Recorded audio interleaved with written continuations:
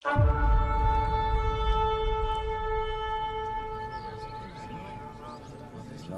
না না, এদের মধ্যে কেউ নয়। বর্তমান সময়ে সত্যিকারের জ্ঞানী আর গুণী ব্যক্তি পাওয়া বড়ই দুষ্কর। ভারতের একটা ছোট্ট রাজ্য পিম্পলির রাজসভায় বসে এই কথাটাই ভাবছিলেন মহামন্ত্রী কৃষ্ণস্বামী। পিম্পলি রাজ্যের মহারাজ ভীমদেব আজকে এক তর্ক সভার আয়োজন করেছেন, যেখানে গোটা ভারতবর্ষের বিভিন্ন বিদ্যালয়ের মেধাবী ছাত্ররা অংশগ্রহণ করতে এসেছিল। বিজয়ী ছাত্রের জন্য রয়েছে মন্ত্রী পরিষদের মধ্যে একটি পদ। এই সভাতেই প্রথমবার তক্ষশিলার তরফ থেকে প্রতিনিধিত্ব করতে আসছেন সবচেয়ে যোগ্য ও মেধাবী ছাত্র চাণক্য। মহামন্ত্রী কৃষ্ণস্বামী সমস্ত প্রতিযোগীদের দেশের কল্যাণের বিষয়ে, সমাজের কল্যাণের বিষয়ে প্রশ্ন করছিলেন, কিন্তু কোনো প্রতিযোগী তার প্রশ্নের সঠিক উত্তর দিতে পারছিলেন না। আর তারপর এলো চাণক্যের পালা। সভায় উপস্থিত সকলকে প্রণাম জানিয়ে নিজের মাথার টিকিটাকে সযত্নে বেঁধে এক অদ্ভুত আত্মপ্রত্যয়ের সাথে মহারাজের সম্মুখে এসে দাঁড়ালেন চাণক্য। মহামন্ত্রী চাণক্যকে জিজ্ঞাসা করলেন, সব থেকে বড় শত্রুকে? চাণক্য মৃদু হেসে বললেন, অহংকার। অহংকারের চেয়ে বড় শত্রু আর কিছুই নেই। সভায় উপস্থিত সকল মন্ত্রীগণ চাণক্যের উত্তরের প্রশংসা করে উঠলেন। কৃষ্ণস্বামী তার পরের প্রশ্ন করলেন, সব থেকে বড় ধন কি? চাণক্য বললেন, বিদ্যা। বিদ্যাই হলো সবচেয়ে বড় আর অমূল্য ধন। চাণক্যের উত্তর শুনে সভার মধ্যে উপস্থিত অন্য প্রতিযোগীরাও হাততালি দিতে শুরু করল। কিন্তু মহারাজ ভীমদেবকে দেখে স্পষ্ট বোঝা যাচ্ছিল যে তিনি চাণক্যের উত্তরে বিশেষ প্রসন্ন হননি। কারণ মহারাজের মতে সবচেয়ে বড় ধন হল রাজকোষ। প্রশ্নোত্তরের পর্বকে আরো এগিয়ে নিয়ে যেতে মহামন্ত্রী জিজ্ঞাসা করলেন, সব থেকে বড় বীর কে? চাণক্যের উত্তর, দানবীর। নিজের সম্পদ যে অকুণ্ঠায় দান করতে জানে, তার চেয়ে বড় বীর আর কেউ হতে পারে না। মহারাজের ধারণা হলো চাণক্য যেন ব্যঙ্গ করছেন তার সাথে, উপহাস করছেন তার বীরত্বের। নিজের ক্রোধকে সংবরণ করতে তিনি নিজের সিংহাসনটিকে শক্ত করে ধরলেন। কিন্তু মহারাজের মনের ভাব বুঝতে পারলেও নির্লিপ্তভাবেই দাঁড়িয়ে রইলেন চাণক্য। কিন্তু সভার অন্য সদস্যরা যখন মহারাজকে দেখলেন, ভয়ে তাদের প্রাণ অবধি কেঁপে উঠল। মহামন্ত্রী তার পরের প্রশ্ন জিজ্ঞাসা করার জন্য উদ্যত হতেই মহারাজ তাকে হাতের ইশারাতে থামিয়ে দিলেন। গম্ভীর স্বরে বললেন, এই ব্রাহ্মণ ছাত্রকে পরের প্রশ্ন আমি জিজ্ঞাসা করব। রাজসভায় এক গভীর নীরবতা, যেন ভীষণ ঝড়ের পূর্বাভাস। চাণক্যের কথা ভেবে সভায় উপস্থিত সবাই শঙ্কিত, কিন্তু চাণক্য নির্লিপ্ত। মহারাজ কঠোর স্বরে জিজ্ঞাসা করলেন, শাস্ত্র বড় না রাজা? চাণক্য একটুও বিচলিত না হয়ে বিনয়ের সাথে বলে উঠল, মহারাজ সাম্রাজ্য প্রতিষ্ঠা করেন, প্রতিপালন করেন, কিন্তু মহারাজের সব সিদ্ধান্তের উৎস হল শাস্ত্র, তাই শাস্ত্রই বড়। ক্রোধে অগ্নিশর্মা ভীমদেব সিংহাসন ছেড়ে উঠে দাঁড়িয়ে চিৎকার করে উঠলেন, মূর্খ! রাজাই সব থেকে বড়, শাস্ত্র নয়। যদি রাজাই না থাকে তবে সাম্রাজ্য প্রজা কিছুই থাকবে না। আর সাম্রাজ্য প্রজা ছাড়া তোমার এই শাস্ত্রের কি মূল্য আছে? এইটুকুও বুদ্ধি নেই তোমার? মহারাজ যতধিক ক্রোধিত, চাণক্য ততোধিক ধীর ও শান্ত কণ্ঠে বললেন, আমায় ক্ষমা করবেন মহারাজ, তবে এইটুকুই বলবো, প্রজার জন্য রাজা, রাজার জন্য প্রজা নয়। জনগণ আছে তাই আপনি আছেন। মহারাজ নিজেকে আর সামলাতে পারলেন না। রাগে তার চোখ দিয়ে যেন আগুন ঠিকরে বেরোতে লাগলো। নিজের তলোয়ার বের করে চাণক্যকে বললেন, এখন তোর মতো তুচ্ছ আর সাধারণ ব্রাহ্মণ আমায় জ্ঞান দেবে? ভুলে যাস না, ভিখারির থেকে অধম তুই এখানে দান নিতে এসেছিস। মহারাজের শেষ কথাটা যেন চাণক্যের আত্মসম্মানে ঘা দিল। এটা শুধু তাঁর অপমান নয়, এটা তাঁর মহাবিদ্যালয় তক্ষশিলারও অপমান। তাই সে নির্ভীক কণ্ঠে মহারাজের চোখে চোখ রেখে বলল, মহারাজ, যারা শিক্ষার পূজারী হয় তারা কখনো সাধারণ হয় না। একটা ছাত্রই কিন্তু একদিন শিক্ষক হয়ে গোটা সমাজের নির্মাণ করে। তারা যেমন কিছু গড়তে পারে তেমনি ভাঙতেও পারে। আর রইল দানের কথা, তাহলে আপনাকে জানিয়ে দিতে চাই, আমি এখানে কোনো দান নিতে আসিনি। আমি ভেবেছিলাম এখানে জ্ঞানের পূজা হবে, কিন্তু সেটা আমার ভুল। যেখানে শাস্ত্রের কোনো সম্মান নেই সেখানে আমি এক মুহূর্তও থাকতে চাই না। কথাগুলো বলে চাণক্য মহারাজকে প্রণাম করে সভা থেকে প্রস্থান করতে শুরু করল। চাণক্যকে যেতে দেখে মহারাজ বিস্মিত হলেন। নিজের তলোয়ার উঁচিয়ে বললেন, তোকে যাবার অনুমতি দিয়েছি আমি। মহারাজের কথা শুনে চাণক্য থেমে গেলেন, ফিরে এলেন এবং নতমস্তকে বললেন, যদি আমি আপনার সম্মানে এতটুকু আঘাত করে থাকি তবে আমায় ক্ষমা করবেন মহারাজ। কিন্তু বিশ্বাস করুন, এই সভাতে আমি শুধুমাত্র আমার নিজের ধ্যান ধারণা, নিজের ভাবনাকেই ব্যক্ত করেছি। চাণক্যের কথা শুনে মহারাজ রাগে উন্মত্ত হয়ে নিজের তলোয়ার নিয়ে চাণক্যকে আক্রমণ করার জন্য এগোলেন। তখনই মহামন্ত্রী তাকে হাত জোড় করে নিরস্ত্র করে বললেন, মহারাজ, মহারাজ শান্ত হন। এই অবোধ বালককে ক্ষমা করে দিন। ও জানে না ও কোথায় দাঁড়িয়ে কি বলছে। আপনি তো দয়াবান, আপনি তো ব্রাহ্মণের সৎকার করতে জানেন। বৃথায় ব্রহ্ম হত্যার পাপ নিজের মাথায় কেন নেবেন? আপনি ক্ষমা সুন্দর মহারাজ, ক্ষমা করে দিন ওকে। মহারাজ ভীমদেব মহামন্ত্রীর কথায় নিরস্ত্র হলেন। চাণক্য মহারাজ সহ সভার সকলকে প্রণাম জানিয়ে প্রধান দ্বারের কাছে যেতেই শুনতে পেলেন মহামন্ত্রী চিৎকার করে বলছেন, চাণক্য, যাওয়ার আগে একটাই পরামর্শ, যদি এই রূপ তোমার ব্যবহার থাকে তবে মনে রেখো, নিজের মাথার যেই টিকির ওপর তোমার এত দম্ভ, না সেই টিকি থাকবে আর না থাকবে তোমার মাথা। এই ঘটনার পর কেটে গিয়েছে বেশ কয়েক বছর। ভীমদেবের রাজসভায় অপমানিত হওয়া তক্ষশিলার সেই ছাত্রটি আজকে তক্ষশিলার অধ্যক্ষ। আচার্য চাণক্য নামে তিনি সকলের মাঝে পরিচিত। চাণক্য আজকে তার ছাত্রদের রাজনীতির বিষয়ে পড়াচ্ছিলেন। ঠিক তখনই একজন ছাত্র বলে উঠল, আচ্ছা আচার্য, সেদিন মহারাজ ভীমদেবের রাজসভায় আপনার ভয় করেনি? মহারাজের হাতে তলোয়ার ছিল, কিন্তু আপনি তো নিরস্ত্র ছিলেন। চাণক্য স্মিত হেসে বললেন, কে বলল আমি নিরস্ত্র ছিলাম? আমার কাছে ছিল বিশ্বের সবচেয়ে বড় অস্ত্র। শিক্ষার্থীরা পরস্পরের দিকে চাওয়াচাওয়ি শুরু করল। চাণক্য হেসে বললেন, বুদ্ধি, এটাই আমার অস্ত্র ছিল।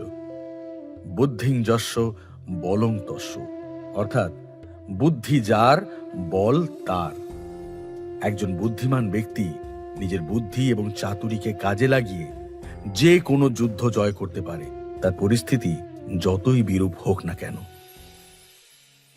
চাণক্যের কথা শুনে তার ছাত্রদের বিশ্বাস হয়ে গিয়েছিল যে তাদের আচার্য কোনো সাধারণ ব্যক্তি নয়।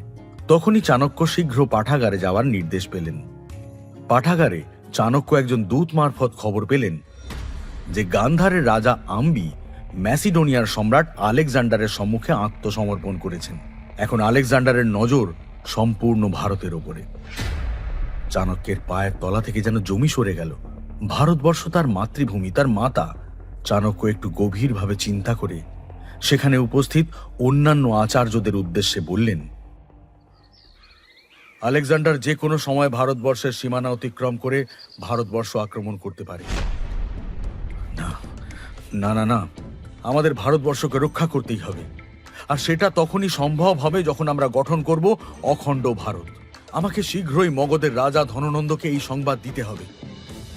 চাণক্যের কথা শুনে আচার্য মেঘনাদ হেসে বললেন, আচার্য, আপনি তো খুব ভালো করেই জানেন ধননন্দ কি ধরনের রাজা।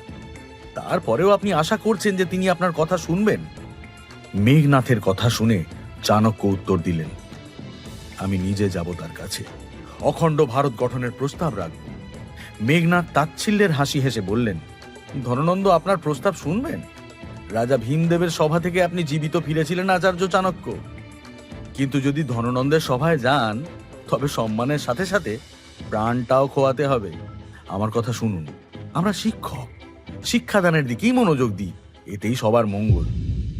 চাণক্য অত্যন্ত অবাক হয়ে বললেন, আচার্য আচার্য আমি একজন ব্রাহ্মণ। একজন ব্রাহ্মণের প্রকৃত কর্তব্য হলো মানুষকে সঠিক পথে চালিত করা। যদি ধননন্দ বিপদগামী হয়েছেন তবে আমার কর্তব্য তাকে সঠিক পথ দেখানো, তার ভুল শুধরে দেওয়া। তা না হলে সর্বনাশ হয়ে যাবে, সবকিছু শেষ হয়ে যাবে। মেঘনাদ বিদ্রুপ করে বললেন, তবে মনে হয় এটাই আমাদের অন্তিম সাক্ষাৎ। আসুন আজকের ভোজনটা আমরা একসাথেই করি।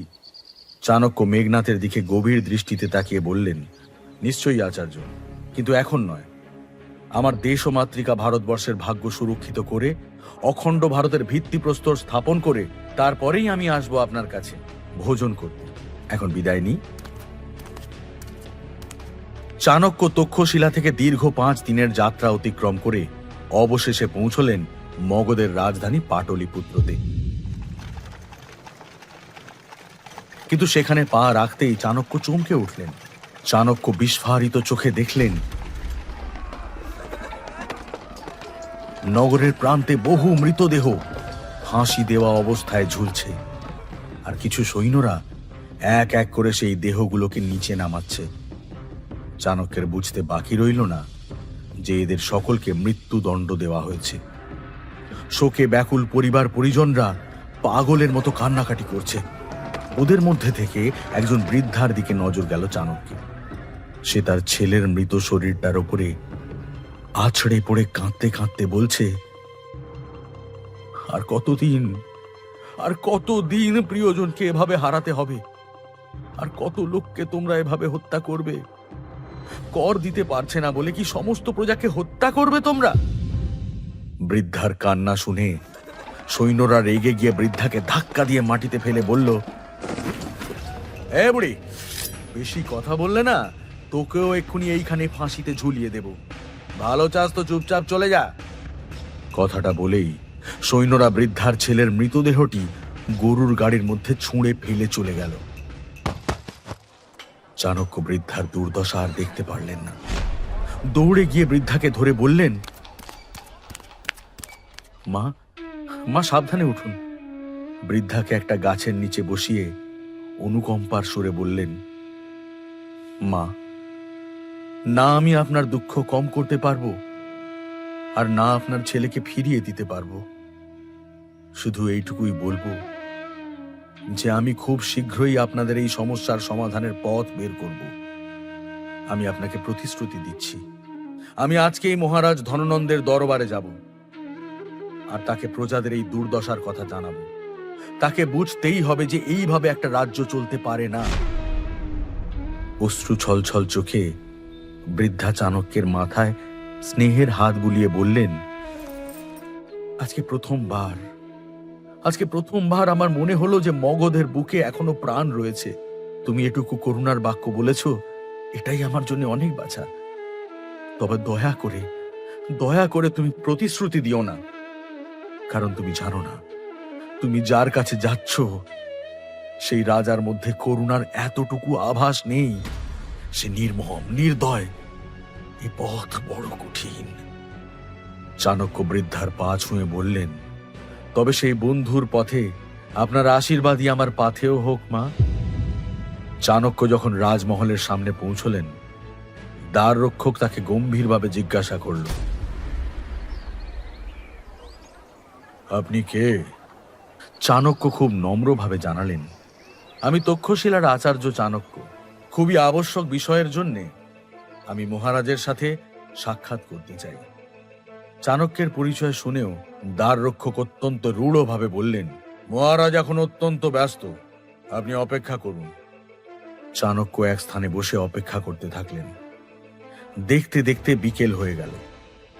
যতবারই চাণক্য দ্বার রক্ষককে জিজ্ঞাসা করতেন ততবারই দ্বার রক্ষক জানাতো যে মহারাজ ব্যস্ত আছেন। চাণক্য বুঝতে পারলেন সরল রাস্তায় কার্যসিদ্ধি সম্ভব নয়।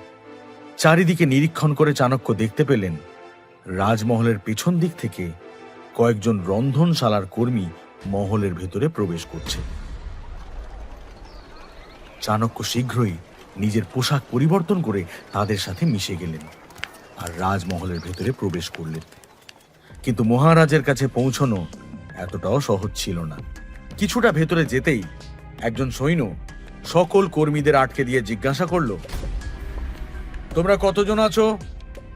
একজন কর্মী জবাব দিল, আজকেও 10 জনই আছে। সৈন্য গুনতে শুরু করলো আর চাণক্য প্রমাদ গুনলেন। সৈন্য যদি সবাইকে গুনে নেয় তবে তার কার্যসিদ্ধি সম্ভব হবে না। এদিকে ওই সৈন্য ততক্ষণে 6 অবধি গুনে ফেলেছে। চাণক্যর হাতে তখন আর সময় নেই। তিনি মুহূর্তের মধ্যে সামনে রাখা একটা ফুলদানিকে ধাক্কা দিয়ে ফেলে দিলেন। আর সৈন্যের মনোযোগ সেই দিকে যেতেই চাণক্য নিজের রাস্তা বদলে খিড়কি দরজা দিয়ে রাজমহলের ভেতর প্রবেশ করলেন এবং নিজের পুরনো পোশাক পরে নিলেন। কিন্তু রাজসভায় পৌঁছে চাণক্যের বিস্ময়ের সীমা রইল না। রাজসভায় কোনো জরুরি বৈঠক চলছিল না। সুন্দরী রমণীরা নৃত্য পরিবেশন করছিল আর মহারাজ ধননন্দ সে নৃত্য উপভোগ করছিলেন। হঠাৎই সভায় চাণক্যকে দেখতে পেয়ে মহারাজের তাল কাটল। তিনি নিমেষেই ক্রোধান্বিত হয়ে গর্জন করে উঠলেন, কে তুমি? ভেতরে এলে কি করে? সহসা নৃত্য থেমে গেল, সঙ্গীত বন্ধ হয়ে গেল। চাণক্য ধীর পায়ে মহারাজের সন্নিকটে এসে হাত জোড় করে বললেন, মহারাজ, আমি তক্ষশিলার আচার্য চাণক্য। ধননন্দ ক্রোধ সংবরণ করে স্বাভাবিকভাবেই বললেন, প্রণাম আচার্য, কিন্তু এমন কি কারণ ছিল যার জন্য আপনাকে এইভাবে রাজসভায় চলে আসতে হলো? চাণক্য নম্রভাবে বললেন, মহারাজ, আমি দ্বার রক্ষকের কাছে বার্তা পাঠিয়েছিলাম। চাণক্যের কথা শেষ হওয়ার আগেই মহারাজ উগ্রভাবে বললেন, তো দ্বার রক্ষক না বললেও আপনি এইভাবে ভেতরে চলে আসবেন? আপনার শিক্ষা কি আপনাকে এইরূপ আচরণের অনুমতি দেয়? চাণক্য গম্ভীর কণ্ঠে বললেন, মহারাজ, আমার এই অপরাধের জন্য আপনি আমাকে ক্ষমা করবেন, কিন্তু আপনার সাথে আমার দেখা করাটা অত্যন্ত গুরুত্বপূর্ণ। ধননন্দ নিজের আসনে আরাম করে বসে বললেন, আমিও তো এখানে জরুরি কাজই করছিলাম। আপনার ভাগ্য সহায় যে আমি কোনো ব্রাহ্মণের হত্যা করি না, না হলে এতক্ষণে আপনার শিরচ্ছেদ হতো। যাই হোক, এতটা সাহস যখন দেখিয়েই ফেলেছেন, তখন কি কথা বলার আছে সেটা বলে ফেলুন। চাণক্য সমস্ত অপমান মুখ বুজে সহ্য করে বললেন, গান্ধারের রাজা আম্বি ম্যাসিডোনিয়ার সম্রাট আলেকজান্ডারের কাছে আত্মসমর্পণ করে দিয়েছে। এবার আলেকজান্ডার যে কোনো সময় ভারত আক্রমণ করতে পারে, আর তাকে আটকানোর জন্য অখণ্ড ভারতবর্ষ নির্মাণ করার বিশেষ প্রয়োজন। ধননন্দ স্মিত হেসে বললেন, আচ্ছা, আচার্য আমার সাথে রাজনীতির চর্চা করতে এসেছেন। ঠিক আছে, আমার কাছে এসে বসুন, আমরা চর্চা করি। চাণক্য একটু ইতস্তত করলেন, কিন্তু রাজ আদেশ মানা ছাড়া উপায় কি? কিন্তু মহারাজের নিকটে যেতেই ধননন্দ এমন কথা বললেন যা চাণক্য কল্পনাও করতে পারেননি। ধননন্দ তাচ্ছিল্যের সুরে চাণক্যকে বললেন, এবার নিজের হাঁটুর ওপরে ভর দিয়ে বসে পড়ুন তো। অপমানে চাণক্যের সারা শরীর কেঁপে উঠল। তবুও তিনি নিজের সমস্ত আত্মসম্মান বিসর্জন দিয়ে দেশ ও দশের কল্যাণে রাজার কথা পালন করলেন। চাণক্য বসতেই ধননন্দ উৎফুল্ল হয়ে বলে উঠলেন, এই তো, এটাই হলো তোর যোগ্য স্থান। এবার বল, তোর মতো তুচ্ছ ব্রাহ্মণ আমায় শেখাবে যে কিভাবে রাজ্য পরিচালনা করতে হয়, কিভাবে রাজ্যের সুরক্ষা করতে হয়। একজন দরিদ্র শিক্ষক তুই, যেটা তোর কাজ সেটাই কর। রাজা আমি, আমার কাজ আমাকেই বুঝতে দে। চাণক্য বললেন, ক্ষমা করবেন মহারাজ, আমার শিক্ষা আমায় শিখিয়েছে যে এই রাজ্য যতটা আপনার ততটাই আমাদের সবার। তাই কর্তব্যের খাতিরেই আপনার কাছে এসেছিলাম, কারণ আলেকজান্ডারকে আটকানোর সামর্থ্য যদি কারোর থেকে থাকে তাহলে সেটা আপনি। ধননন্দ অহংকারের সাথে বলে উঠলেন, হ্যাঁ হ্যাঁ, আমি জানি। নিজের সামর্থ্য আর ক্ষমতার কথা আমাকে মনে করানোর কোনো প্রয়োজন নেই। যখন আলেকজান্ডার আক্রমণ করবে তখন আমি দেখে নেব। এবারে যেইভাবে এসেছিলি সেইভাবেই চলে যা, কারণ এরপরে আমি ভুলে যাব যে আমি ব্রাহ্মণ হত্যা করি না। চাণক্যের সহ্যের সব সীমা তখন অতিক্রান্ত হয়েছে। তিনি দৃঢ় আর গম্ভীর স্বরে ধননন্দের চোখে চোখ রেখে বললেন, যদি আপনি নিজের কর্তব্য সঠিকভাবে পালন করতেন তাহলে একজন ব্রাহ্মণকে সুদূর তক্ষশিলা থেকে এখানে আসতে হতো না। একজন মহারাজের কর্তব্য দুর্বলকে রক্ষা করা, তার উপরে নিপীড়ন আর শোষণ করা নয়। মগধের যা হাল, তাতে খুব শীঘ্রই আলেকজান্ডারকে গোটা ভারতটাই আপনারা উপহার হিসেবে প্রদান করবেন। ক্রোধান্বিত ধননন্দ চাণক্যকে একটা লাথি মেরে ফেলে দিলেন আর চিৎকার করে সৈন্যদের আদেশ দিলেন, ব্রাহ্মণদের মান সম্মান সব মাথার এই টিকিটার মধ্যে থাকে, তাই না?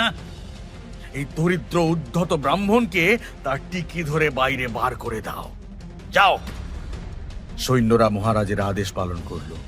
তারা চাণক্যকে তার টিকি ধরে টানতে টানতে রাজসভার মধ্যে দিয়ে নিয়ে যেতে লাগলো।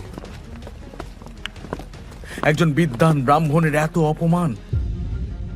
সমস্ত রাজসভা চুপ করে দাঁড়িয়ে দেখছিল। সমস্ত মগধ যেন তার রাজার ব্যবহারের লজ্জায় মুখ ঢাকছিল। যখনই সৈন্যরা দ্বারের কাছে পৌঁছল, চাণক্য ঘুরে দাঁড়ালেন। এক ধাক্কায় সমস্ত সৈন্যদের ছিটকে ফেলে দিলেন। তার চোখে তখন যেন অপমানের রোষানল। ঘন ঘন নিঃশ্বাস পড়ছিল আহত সিংহের ন্যায়। চাণক্যের চোখের আগুন দেখে যে কেউ ভয় পেয়ে যেত তখন। আচার্য তার টিকির চুল দ্রুত হাতে খুলতে শুরু করলেন। রাগে গর্জন করে তিনি ধননন্দের দিকে এগিয়ে গিয়ে বললেন, ধননন্দ, আমার খুব ভুল হয়ে গিয়েছিল যে আমি তোর মতো রাজার কাছে প্রত্যাশা নিয়ে এসেছিলাম। আমি ভেবেছিলাম যে তুই আমাদের দেশকে রক্ষা করবি, কিন্তু তুই শুধু একজন শিক্ষকের নয়, একজন ব্রাহ্মণেরও অপমান করেছিস। তাই আমি জনকপুত্র চাণক্য, তক্ষশিলার আচার্য, আজ এই মুহূর্তে এই টিকি ধরে আমি প্রতিজ্ঞা করছি যে যতক্ষণ না অবধি আমি তোর এবং তোর নন্দ বংশের সর্বনাশ করছি, এই রাজ সিংহাসনে কোনো যোগ্য রাজাকে বসাচ্ছি, ততক্ষণ এই টিকির চুল আমি বাঁধব না। এই বলে চাণক্য বেরিয়ে গেলেন। ধননন্দ সৈন্যদের আদেশ করলেন, এই ব্রাহ্মণকে যদি আর কখনো এই রাজ্যের সীমানার মধ্যে দেখতে পাও তবে তখনই ওর শিরচ্ছেদ করবে এবং ওই মুন্ডবিহীন শরীর ঝুলিয়ে দেবে প্রধান ফটকে। ওই অপমানের পরেই চাণক্য মগধ ছেড়ে বেরিয়ে এসেছিলেন। সেই দিন থেকে তার একটাই লক্ষ্য ছিল, একজন সুযোগ্য রাজার নির্বাচন করা, দয়ালু, পরাক্রমী, প্রজাবৎসল রাজা, যিনি অখণ্ড ভারতের নির্মাণ করতে সক্ষম হবেন।